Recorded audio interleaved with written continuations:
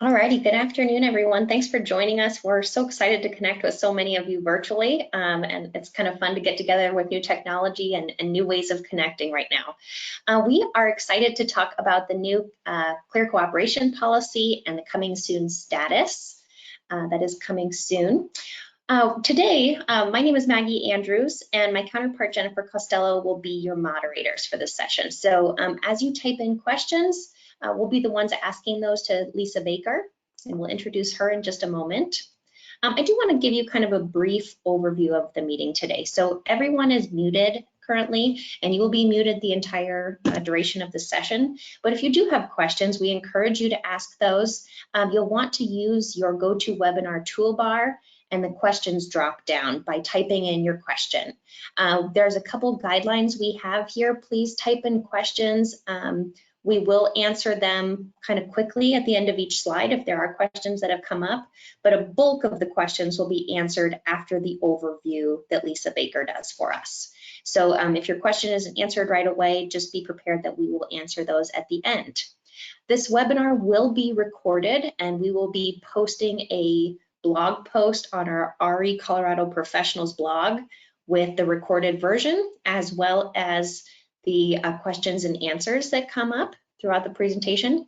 If you do have specific scenario questions, this is pretty common as we've done a couple of these webinars. If you have specific scenarios, every transaction is a little different, so we would encourage you to contact our customer care team to talk through those specific scenarios. This webinar is more meant for kind of overarching general questions, but we encourage you to ask those as they come up. I'm now going to hand it off to Jennifer Costello. Yes, hello everybody. So today we are going to talk about the coming soon status, how the coming soon status can help you abide by the Clear Cooperation Policy coming up, an overview of that policy. We're going to go through the timing of a new listing from the incomplete phase all the way through to active and withdrawn. We'll review REcolorado matrix statuses, answer any of your questions, and show you where you can find additional resources. So without further ado, I'd like to introduce you to Leesa Baker. Leesa Baker is the Vice President and Chief Care and Compliance Officer at REcolorado. Leesa attended Otero Junior College, Metropolitan State College, and Winona State University. She has a paralegal degree and is a certified professional standards administrator, making her intimately familiar with the needs and expectations of brokers. Her professional experience includes 16 years in real estate, 13 years in customer service, and 20 years in legal administration. She has the ideal background to be leading the REcolorado customer care and compliance teams. Ms. Baker has been with REcolorado for 15 years and serves as the REcolorado liaison to the Rules and Regulations Committee. So Leesa, thank you for joining us, and we're looking forward to hearing from you about Clear Cooperation. Great, thank you, Jennifer, and welcome everybody. We're glad to have you here. As Jennifer said, we have a lot of things to cover, so I'm going to get right to it. The first thing that I want to discuss with you this afternoon is the coming soon status. This status was introduced to all of our MLS subscribers in January, and currently it is now available and visible to all MLS subscribers. When this was rolled out in January, it was only available to the office. It has now been updated, and it is now available to all subscribers in REcolorado Matrix. It also, when it was rolled out that if you put a listing in a coming soon status, it would remain there for 7 days. Because of the COVID pandemic, we went and spoke to our board of directors, and they felt in order to help with the market that we should extend that to 14 days. So during this time, any listing that is in a coming soon status will remain in that status for 14 days unless you move it to active sooner. Once the pandemic is over and our board feels that the market has neutralized a little bit and that they're ready, they will revert this back to 7 days. But as of right now, your coming soon status is available to all subscribers, and the listing will stay there for 14 days. It is considered a live status, which means when you input this listing, all of the required fields must be completed.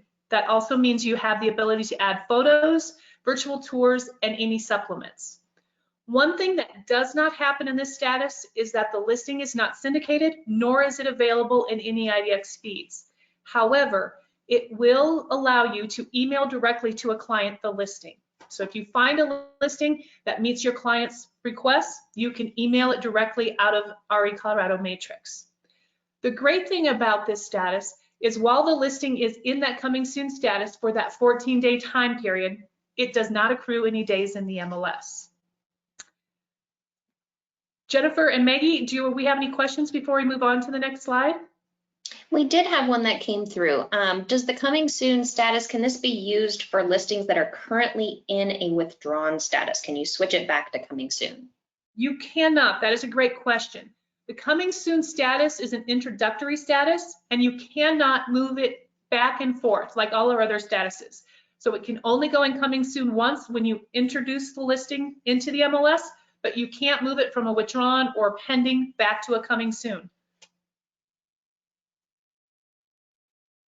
Any other questions?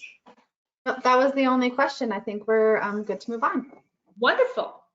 Now what we're going to talk about is probably what is on the forefront of everyone's mind, and that is the Clear Cooperation Policy. I'm going to give you a little background of this policy and how it came to be through NAR. Most of you probably know about this policy and refer to it as Policy 8.0, Clear Cooperation. Actually, this policy has been debated with NAR since 2013. Ever since the real estate has began, there has always been issues with brokers who like to do coming soon, off-market listings, pre-MLS, whatever you want to call that, and others who say that it's unfair. So NAR tackled this topic and has been tackling this topic since 2013. And they asked the Emerging Issues Committee to take a look at this and also relate this practice to the Code of Ethics. We all know that the Code of Ethics was created over 100 years ago, and what that was meant to do was to establish ethical duties to protect the public and advance the interests of the home buyer and seller. But what it also does is it also requires realtors to cooperate. So taking that in mind, NAR decided it's finally time to do something about this to foster broker cooperation. And that is why they came out with the Clear Cooperation Policy. They really wanted to foster that broker cooperation. This policy applies to all NAR chartered MLSs, which does include REcolorado. One thing I want to point out here that's very important. We are a NAR chartered MLS, but we also have realtor and non-realtor subscribers that belong to REcolorado. This rule applies to all REcolorado subscribers, whether you are a realtor member or a non-realtor member. One thing that this policy does is it makes sure that anytime there is any marketing done on a property, you'll have 1 business day in which to enter that property into the MLS. And that means it can either be in a coming soon status or in an active status. And we'll talk a little bit more about that later on. And the effective day for this, for every MLS, the deadline was May 1st, and that is when our policy also will take effect. Jen and Maggie, do we have any questions before I move on? No questions so far. Thank you. Great. All right, what I want to do is talk a little bit more about the benefits of this policy and the thought that went into it by NAR when they created this. First of all, there are buyer benefits. What it does is it allows equal access to listing inventory. I'm sure at least once in the last few years, you have had a client who has said, hey, I found this great property on some website. You go to look for it in the MLS and you have no access to it. This is to help with that problem. It is also providing a pro-competitive and pro-consumer spin on what we should do as MLS subscribers. It also helps everyone comply with fair housing. On the seller side, this is where we hear the most objection to this policy is they're saying, you're taking away my right to best represent my seller. In fact, that is the one thing that this policy looked at, making sure that they did not take away the seller's rights, but that they also made sure that you cooperated as is required for the Code of Ethics. So what it does for the seller is it allows them to have the largest listing exposure, providing them access to the highest and best offers. And for all of those brokers who said, my seller does not want to have this listing on the market, Privacy is still an option. You can still do an office exclusive if it is truly within your brokerage and you do not advertise anywhere else and it's memorialized in your listing contract as what DORA requires and as what the MLS requires, then it does not need to be in the MLS. But the moment you start marketing, you will have 1 business day to put it in the MLS. So privacy is still there if you operate it the way the policy is intended. The other protection for the seller and the broker is that this too helps you comply with fair housing. Because if you're not throwing the net as far and wide as you can, you could be in violation of fair housing. Jen and Maggie, do we have any questions over buyer or seller benefits? Not at this time. We do have a question on coming soon status, but we'll be coming back to that, so we'll answer that shortly. Great.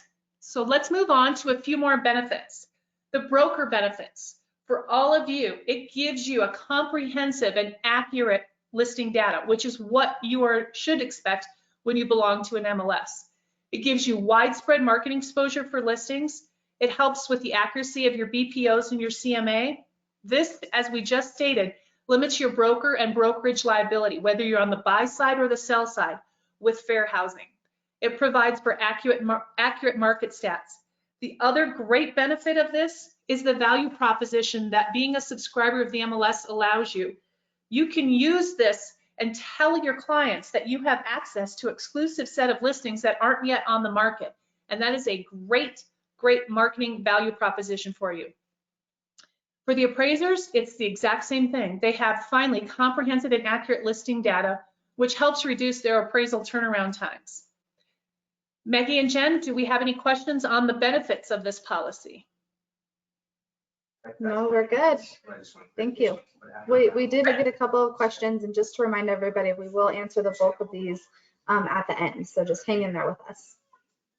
Thank you. We will move on. So let's get in kind of the nuts and bolts of this policy. What does it mean? I've said a few times, within 1 business day of marketing, it has to be put into the MLS. What do we mean by marketing? Marketing, use your imagination. Anytime you're discussing it outside your brokerage office, you can pretty much assume that's going to be considered marketing. That means distributing flyers, a yard sign. If you're giving any type of information to the general public, if you're sharing throughout the brokerage and those brokers in your office, then share with other brokers. Any type of digital communications, including email blasts, multi-brokerage sharing networks, any off-market private network groups that you have, digital marketing on public websites, including your IDX, VOW, any syndication portals, or social media. Any type of marketing you can think of is going to trigger a 1 business day in order to get the listing into the MLS. Any questions about what will trigger the activation of this policy? Maggie and Jen? We did have one come through that said if a listing agent currently has a property that they are marketing, does it need to go into the MLS come May 1st? Yes, it will. Great, that's all we have this time. Great, we will move on then. Now what I want to do is I want to go through with you a timing of a listing, because there's been some confusion over the current rule that states that the effective date of the listing, from that time you have 3 business days to enter into the MLS. So I'm going to discuss that current rule and then how the clear cooperation rule of the 1 business day, how they work in conjunction. So first of all, I'm going to use an example that I met a client today on the 27th of April, and I signed a listing agreement today, the 27th of April. But in my listing agreement, I put that the listing period will begin on July 1st and it will end December 31st. The rules currently say that within 3 business days of that effective listing agreement, I have to put it in. The effective listing agreement is July 1, not the date I signed it, it's July 1. So as long as I do no advertising, no marketing of that property until July 1, when July 1 hits, I have 3 business days to enter that into the MLS. And I can choose to enter it as active or coming soon. However, I sign it today, I say the listing agreement begins July 1, and all of a sudden I send a flyer out to a few people about this property. By doing that, that triggers the 1 business day, and it will now be required to be input into the MLS within that 1 business day. It neither needs to be put in the coming soon status, or I can put it right in the active status. If I put it in the coming soon status, here are a few details that you need to know. We said that a yard sign triggers the 1 business day. If you put a yard sign in the property's yard, if it does not have a coming soon rider or some indication of coming soon on that yard sign, then the listing will have to be put in an active status. If you have a rider or some indication that it's a coming soon listing, then the listing can be in the coming soon status. And again, remember, it will currently stay there for 14 days while it's not accumulating any DIM. The other key for this is in a coming soon status, there can be no showings allowed. Once you have a showing or an open house, the listing must be moved to an active status.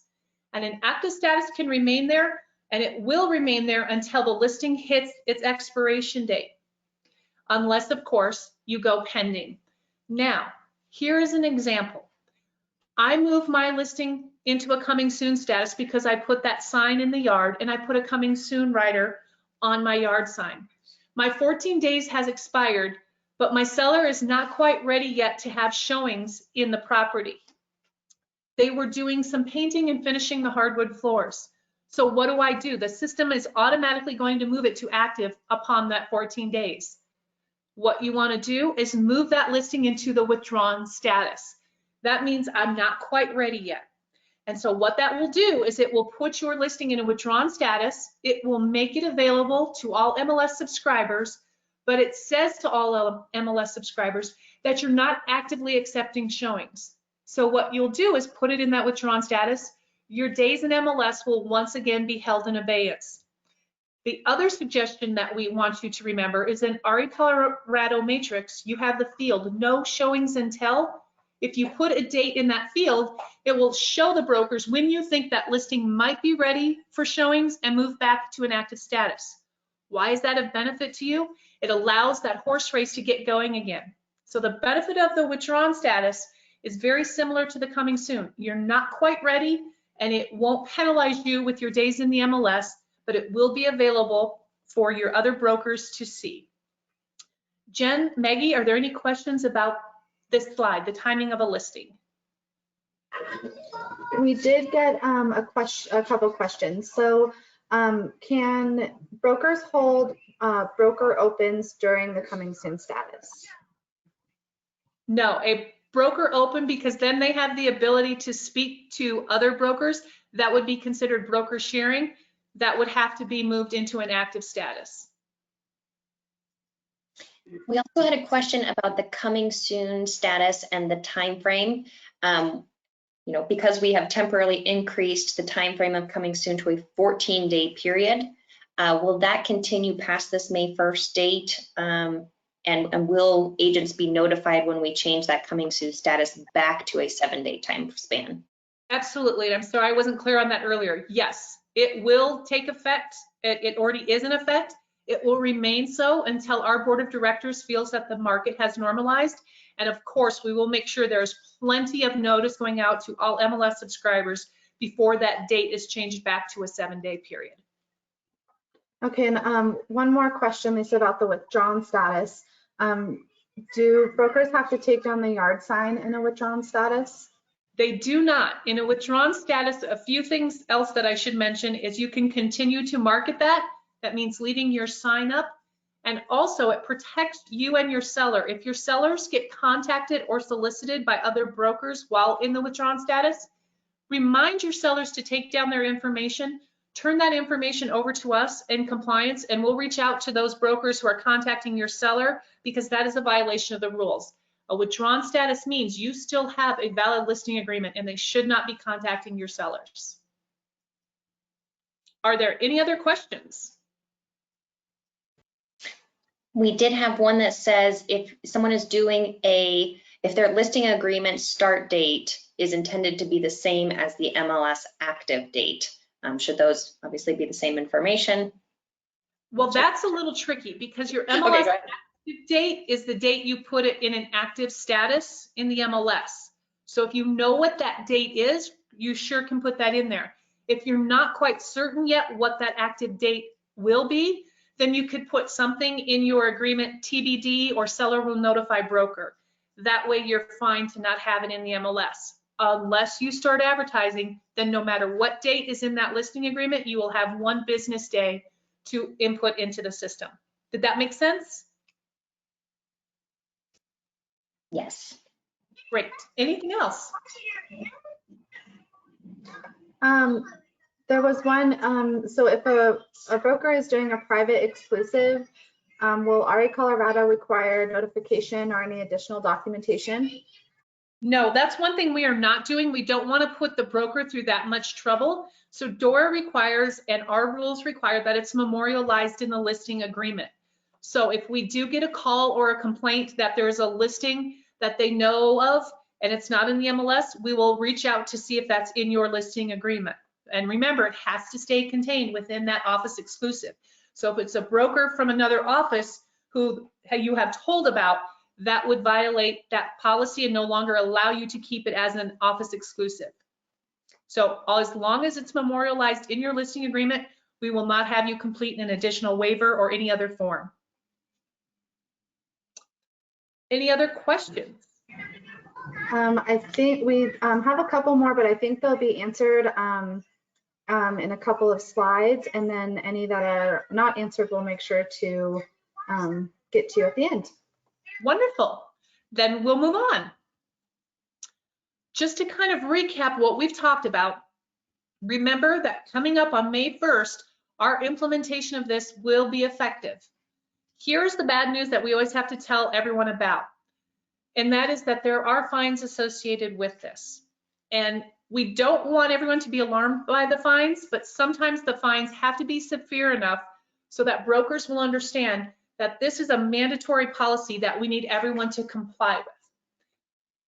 Remember, I just said that the policy will take effect May 1st. We are not even beginning to think about fines until September. So now, May 1st through September 1st, if you receive anything from us, it will be a warning, reminding you and explaining the rule. You will not be fined. May 1st is when the fines may start. And they will go like this. If we receive a complaint and after due diligence, we determine that there was a violation of this policy, we will issue that listing broker a warning. And that warning will come in the way of an email to the listing broker, the managing broker / their participant, and any administrative staff that that office has asked us to notify. If that same listing broker violates the clear cooperation policy again, at that point, that listing broker will be fined an immediate $1,500. That will be, again, an email notice to the listing broker, their managing broker or participant, and again, any admin staff. If after that, meaning they've already received a fine and the same listing broker does this again, that fine will now be $3,000, and that fine will also go to their participant or managing broker. Why are we now fining the participant and managing broker? Just as with DORA, everything through the MLS runs through your managing broker, participant, responsible party. They are responsible for all oversight and supervision. And we need the participants to make sure in their office policy, they've made it very clear that all brokers will adhere to the clear cooperation policy. So we want, after this point in time, a broker and a participant has been noticed on all of these notices. If they're not taking it seriously and helping to supervise their office, then we want to make sure that we have their attention. Lastly, this last violation will go specifically to the participant managing broker. If they have 5 or more brokers in their office who have received violation, and that means fines, not just the warning, then there will be a $15 fine to this participant, and that participant will be suspended. And why we're doing that is because we really need to educate that participant, and that participant needs to understand the severity of not complying with this rule. How we enforce this, it's like with anything else. We rely on brokers to help report and to help comply. Everything that we do will be all anonymous. So you will never know what happened to anyone, nor you will never know who actually may have turned in the violation. Are there any questions on this slide, Maggie or Jen? We did get a couple. So this is going back to the statuses, but is there a max number of days a property can stay in withdrawn status? There is not. And just to clarify, they can have a yard sign out during withdrawn. That is correct. Okay, perfect. Great. We also will had move a couple questions. Oh, we had another question, Leesa. Going back to the coming soon status, we just want to reiterate that regardless of who you might be showing the property to, brokers or the buying public, you cannot do any showings while a listing is in the coming soon status. That's only available for an active listing, correct? That is correct. And Lisa, one more. Can you clarify who the participant is? The participant of an office is defined by NAR, but typically look at it in this light. It's the same person where you hang your license. So with DORA, it's your responsible party, it's your employing broker, your managing broker.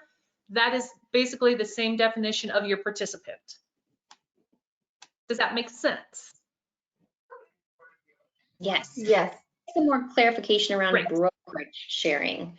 We have some questions coming in that if you're talking about a listing within your office, what does that mean? And how do we need to follow this policy? If it is a true brokerage office exclusive that's memorialized in your contract and you're only talking about it within your brokerage, you're fine. The moment that you advertise or market outside your brokerage, then that office exclusive no longer is applicable, and it will have to be in compliant with policy, the clear cooperation policy. So as long as you only discuss within your brokerage, you are okay. Once you go outside your brokerage, you are no longer okay. I think we should clarify there that you can talk about the listing in your brokerage if you plan on not ever marketing it publicly. Correct. If you Correct. plan on marketing it publicly, once you talk about the listing within your brokerage, it must be in the MLS within 1 business day. That is correct. Okay. So you have to be very careful when you take an office exclusive. And so we recommend that when you talk to your sellers, you make sure you go to your sellers and you explain to them what's required of you per DORA regulations, because this does not differ from that, what is required of you from MLS submission requirements, so that your seller is in full understanding of what and how you're going to be marketing this property and what's required of you. There are very, very few office exclusives. And if you have a seller who wants privacy, I just want to add here, REcolorado Matrix has great tools available for you to still throw that net wide and to get at the greatest exposure without jeopardizing their privacy. We have the internet ads field. You can choose no, and you can also choose not to show their address. So your fellow MLS subscribers still can see the property and you still maintain your seller's privacy. So please make sure you have those fields and you can utilize them if the case may be. Okay, and there is a couple questions coming in about the fines and the different violations. So for the 5 or more violations, is that for one agent violating 5 times, or is that 5 agents within an office? It could be. It could be an individual who's done it 5 times. If an individual has done it 5 times, the rules also say those are habitual repeat offenders and they will go to the Rules and Regulations Committee. So that individual broker who had 5 would go to the Rules and Regulations Committee. In this case, it's more than likely going to be 5 different brokers, but it could be. It could be 5 of the same broker, or it could be 5 unique brokers. Either way, it's 5, and that participant will be suspended. Okay, thank you, Lisa. And just as one more follow-up question to that, when a participant is suspended, what does that mean? That means they do not have access to the MLS, and typically, because that is how cooperation and compensation is administered, that no one in their office would have access to the MLS. So the reason that we suspend them is to get their attention. Would they stay suspended for a very long time? Probably not, but our board wants us to make sure we have that conversation with them. That's what it means, is that they would not have access to the MLS. That's all at this time. Let's continue moving on. Great. All right, now we just kind of round out everything so everyone is aware of what our statuses are and what they mean. And then if there are any questions after that, we will answer them. We also have a status called incomplete. And this status is what we call an edit mode status. And it is kind of where you prep and do all of your prep work for the listing. It is only visible to you as a listing broker, your admins, and your managing broker. It stays in the MLS for 30 days as an incomplete. If you need longer than that 30 days, please remember to go in and resave it or touch it or make a slight change, or it will be purged out of the system after 30 days. And once it's purged, we cannot get it back. Then we have the coming soon status that we've been talking about. Remember, that is a live status. It will stay as of now in that status for 14 days. If you, the listing broker, do not make it active sooner than that, then the system will automatically move it to an active status upon 14 days. It is visible to the entire MLS subscribers.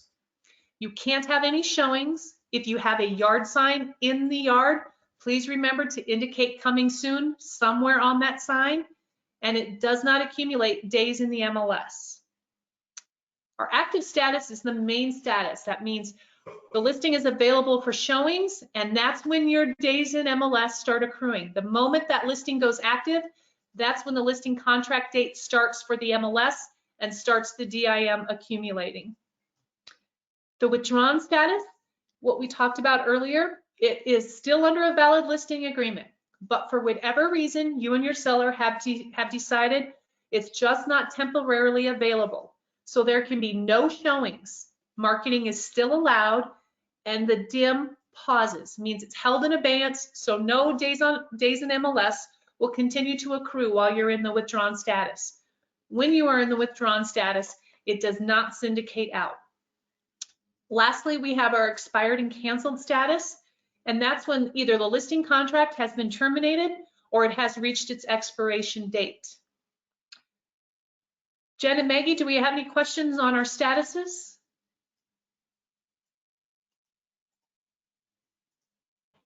We, not on the statuses. We have a couple more questions coming in, but we will make sure to get to those in a couple of slides. Okay, wonderful. We can move on. All right, now what to do if you think someone may be in violation of clear cooperation or any rule. Hopefully most of you know by now that under the photograph on your listing details page, on the icon button bar, there is the reported tab, or excuse me, the reported icon. It looks like a triangle with an exclamation mark on that. Please click on that if you feel there may be a violation of anything. If it is a property that's a clear cooperation, it won't be in the MLS, so you can email compliance or you can always call us. And remember that anything that you report to us is always anonymous, so we will never tell them that Maggie Andrews is the one who reported the violation. It has to be kept anonymous. Are there any questions on this slide? No, we don't have any questions.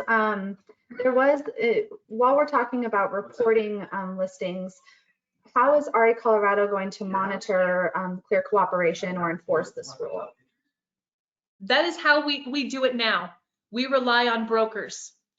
Believe it or not, you guys love to make sure that people are complying with the rules. So we get sent flyers, we get sent links to Facebook pages, we get Instagram information. So what would happen is a broker would say, hey, I've seen this somewhere, or this broker shared this with me and it's not in the MLS.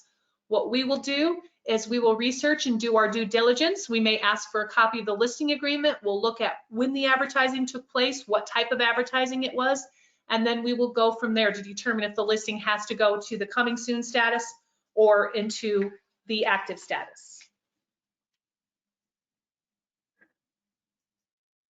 Great, we do have a question about who this coming soon policy applies to. Since this is a NAR mandated policy, does this apply to everyone? How does it impact REcolorado subscribers? Yep, as I stated earlier, that just because we are a NAR chartered MLS, our rules are required to be followed by all subscribers, whether you are a realtor or a non-realtor. So if you are a subscriber of REcolorado, this rule applies to you.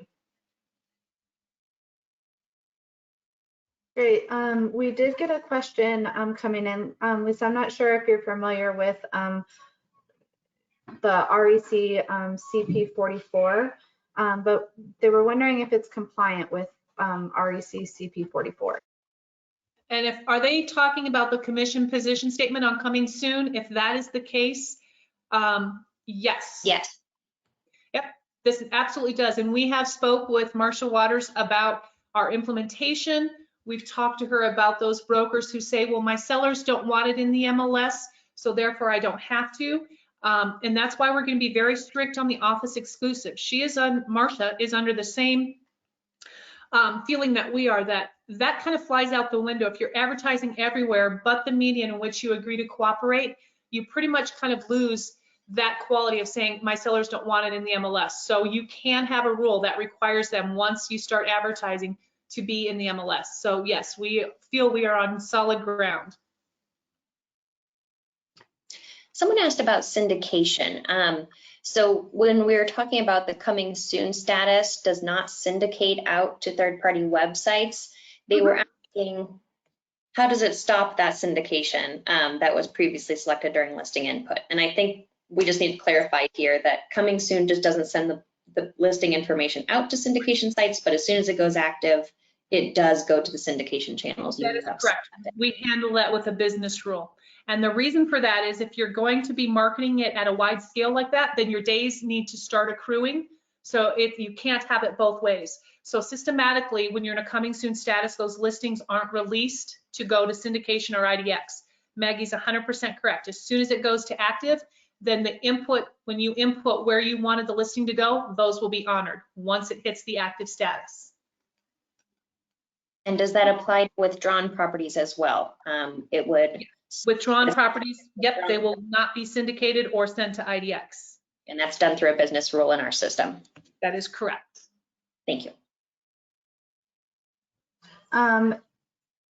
If a property is entered in as a coming soon, can they remove it from the MLS before the 14 days and not make it active or change it to any other status? That is a really good question. I don't believe so. I don't, as in like to expire it or purge it out or not make it visible at all. I don't believe they can do that, but let's follow up with that. Because there's no way to eliminate a listing from the system. That has to have board approval. So I just don't think so. I think it either would have to go to a withdrawn status if they don't want people to see it, or move it to an expired terminated status. We did have one other question. This is kind of a scenario. So again, if you have specific scenarios, you can send them to our our customer care team, or call them. If you're selling your own listing, your own property for sale, any changes in this policy, or does it still all apply? It will still all apply if you are an MLS subscriber.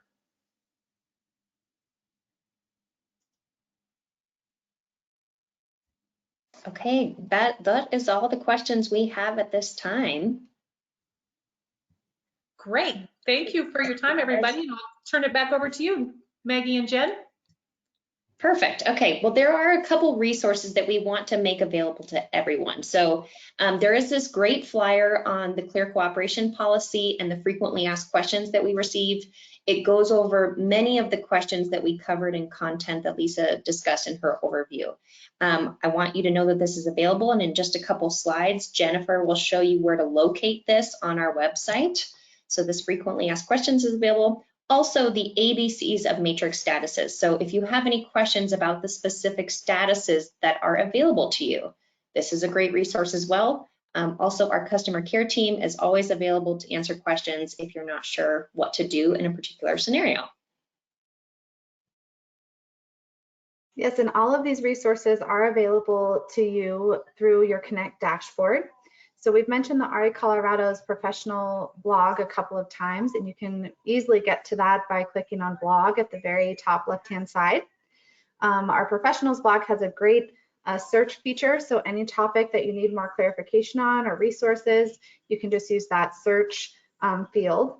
We also have a quick link to our class schedule. We have tons of great webinars and resources available. If you need help with listing entry, the class you'll want to register for is Matrix. If it can't be found, it can't be sold. And then the PDFs that Maggie just showed you are available in the Resource Center. So you can find the ABCs of Matrix, which covers all of the statuses, and you can also find the Clear Cooperation and Coming Soon FAQ there. And as we've mentioned a couple of times, our customer care team is always happy to help you with your specific scenarios or any questions that you might have regarding rules and regulations. They're available to you guys 7 days a week by phone or email. We always recommend that you save their phone number into your contact list for when you need their help on the go. And you can email them at support@recolorado.com. We really appreciate everybody taking time to be here with us today. And if you have any other questions, feel free to give us a call. One other comment, if you enjoyed this presentation and have additional questions, myself or Jennifer Costello are available to come join you at a virtual sales meeting. Please just let your managing broker know that you're interested in getting more information on this, and we are happy to come present to your full team. Thanks, everyone. Talk to you soon.